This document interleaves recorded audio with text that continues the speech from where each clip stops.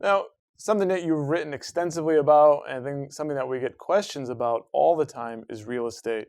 And it doesn't matter what the market is doing, people are always concerned about real estate. What's your outlook for 2020 for real estate? Well, the way I put it, people are in delusion about real estate. People have seen real estate go up their entire lives, and even their parents' lives, in my case, since World War II. People don't realize the first middle class generation ever was the Bob Hope or World War II generation after World War II. They bought homes at a much higher percent than any generation before them because they were middle class and they could afford to and they could get good loans. Then they're followed by the largest generation in history, the baby boomers. We had two generations back to back that drove housing up, up, up, up, up.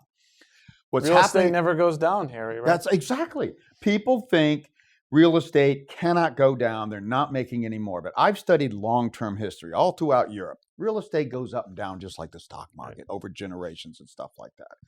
So we are in the second bubble. And people also say to me, okay, Harry, okay, I get, yeah, real estate's come back, but real estate's only slightly more expensive than it was in 2006 when it peaked before the last bubble. And the economy's a little stronger and stocks higher. So why would this be a bigger bubble? It's a bigger bubble because the actual demand, with baby boomers dying, the net demand, which is a new indicator we've had since about 6-7 years ago, breakthrough in real estate, that it's now 40% overvalued. Back in 2006, it was 20% overvalued. I am telling people this next crash in real estate is going to come soon. It's going to start in the next year. It's going to take longer to bottom.